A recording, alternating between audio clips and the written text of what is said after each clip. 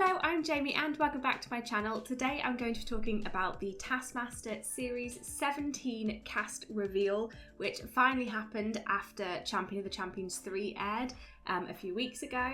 And yeah, this has been very long awaited because we could have had it after Series 16, we could have had it after New Year's Treat, but we finally got it after Champion of the Champions 3.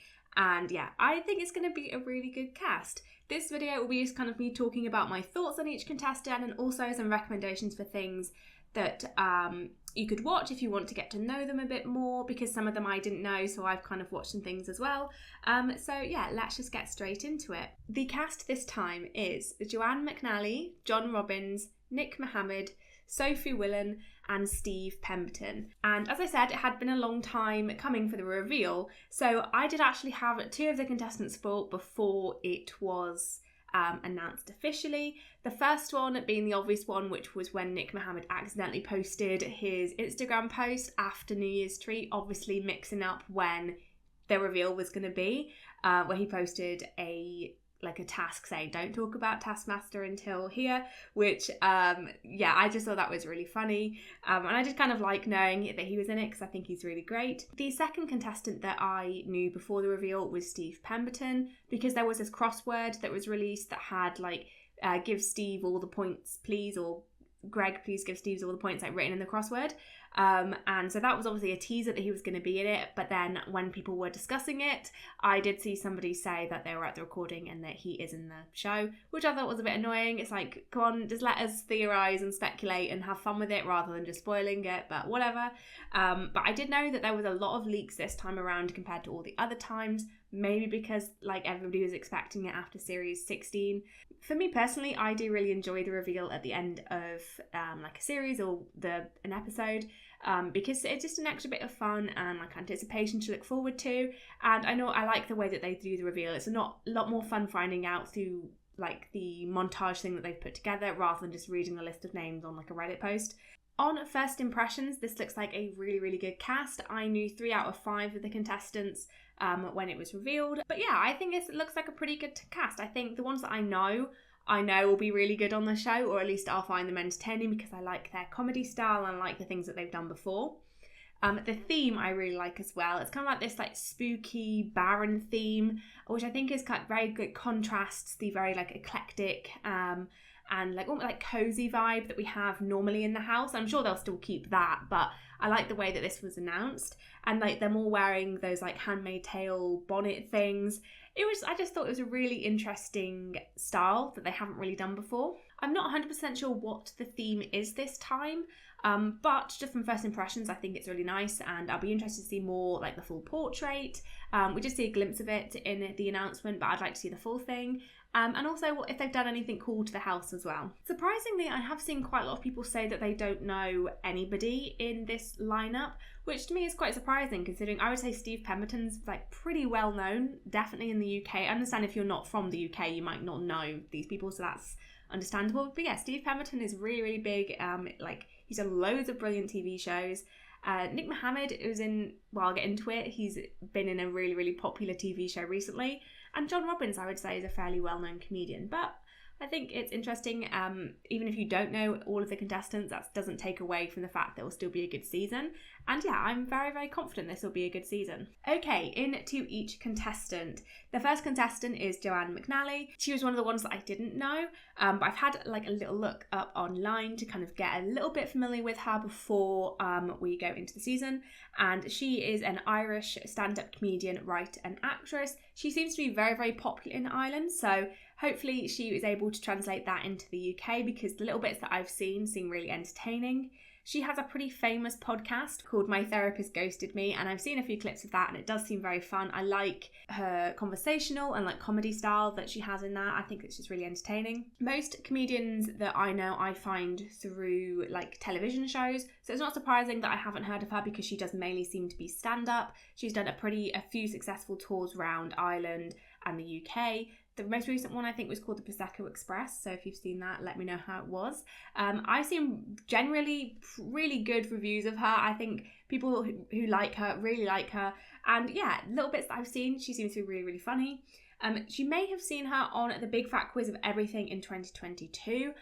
I think I might have missed this one because I don't remember seeing her on it, although I might have seen it and I've just forgotten, because I normally do watch most of the Big Fat Quizzes. I didn't watch it this year though. So that is Joanne McNally. I'm probably missing loads of things off. She has done a lot of like Irish television, like been like hosted shows and been guests on shows. So yeah, if you're in Ireland, you might know her a lot better. Well, you probably will know her a lot better than I do. But yeah, everybody who knows her seems to be very excited that she's on it. So yeah, I'm looking forward to her. Next is John Robbins, and he is a comedian and presenter. He is most famously known, I would say, for hosting the Ellis James and John Robbins show, obviously with Ellis James, who is another comedian on Radio X and now BBC Radio 5. So this is what, I don't really listen to radio that much, but I think this is one of those radio shows that kind of moves beyond radio and has kind of had, you know, clips go around on social media. I think it's very much like a well-known radio show. He, again, mainly does stand-up, but he has been on like panel shows, which is where I've known him from. I think, again, most notably, he was on Mock the Week, which was when he went, he's been on a few times, I think, or maybe I'm confusing it with other shows, but he went on with Sarah Pascoe, who at the time was his girlfriend. And that episode kind of went, I wouldn't say a little bit viral, because I've seen clips of it circle around loads of times. Yeah, because it's kind of funny seeing two comedians. They obviously, like, you know, they were having a lot of jokes at each other. Some people found it a bit uncomfortable, some people didn't. And Sarah, when she was on at Taskmaster Series 3, she brought in one of his, the Queen clock for one of her prize tasks. So yeah, that's, I think, is an interesting link, especially as well because he is wearing like a Queen jacket, like the bright yellow jacket, and if you can't tell from that, he is a massive Queen fan, which is quite fun. I wonder if that will play into his attempts of the show like anywhere else. But I do really like his outfit. I think it looks really good. I also really remember him being on 8 out of 10 Cats That's Countdown. He went on with Ellis James. They were both in Dictionary Corner, and the things that they talked about a lot were their experience living with John Richardson. If you haven't seen it, I'd highly recommend checking it out. It's really, really funny. He also has a YouTube channel with Alex Horne called Bad Golf, and it's just basically them going around playing golf.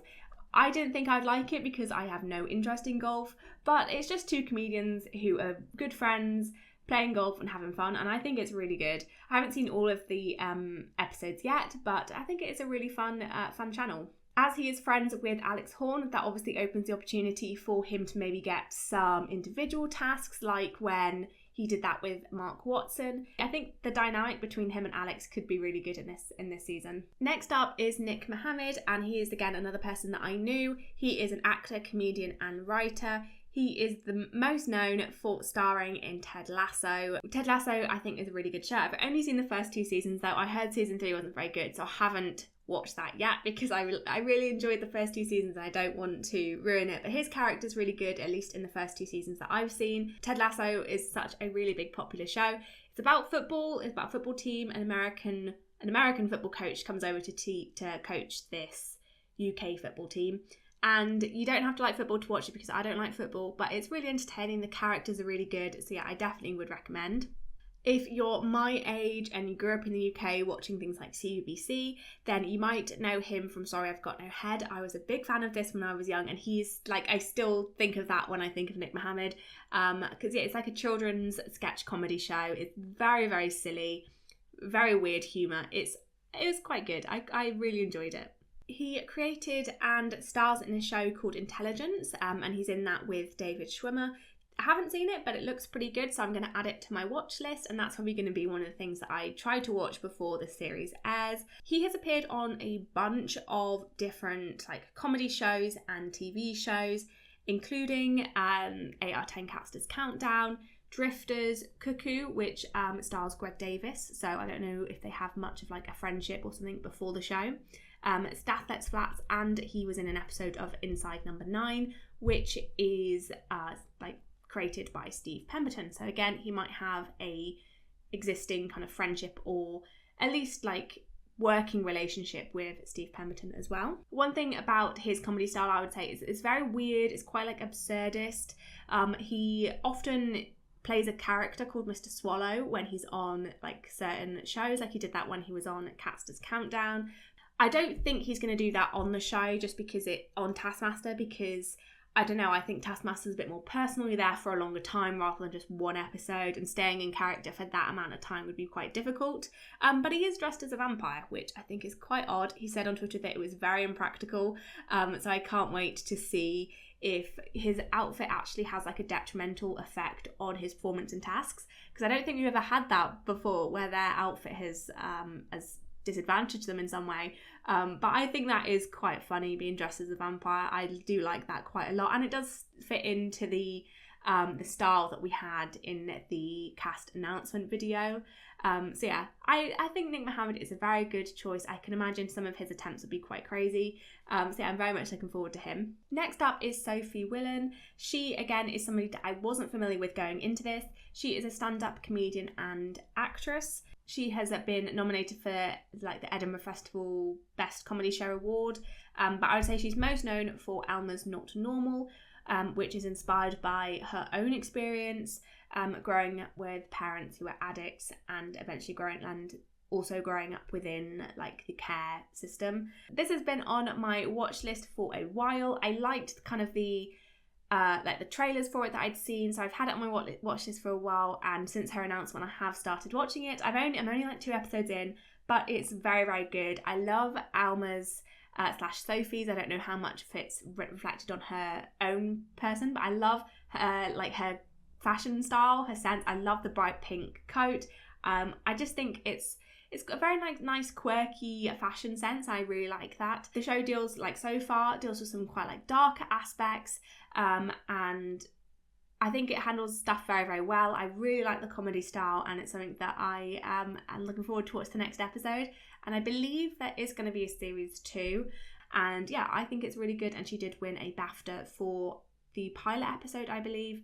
But yeah, I'd highly recommend. I think it is very, very good so far. She was recently on an episode of Would I Lie to You, where she tells a story that's kind of mentioned in Alma's Not Normal in the first episode. I'm not going to say what it was because I don't want to spoil whether it's a truth or a lie or anything like that. And she was also on season 2 of Time, which is like a prison drama. It's another show that's on my watch list that I haven't watched yet. But yeah, I'll definitely be getting around to watching that. I think she seems really, really fun. In the intro, I really liked how she was like apologising to the horses when she was trying to do whatever task that they're doing. But yeah, I think she's going to be quite fun. And last but certainly not least is Steve Pemberton. To me, he is like the biggest star on this show.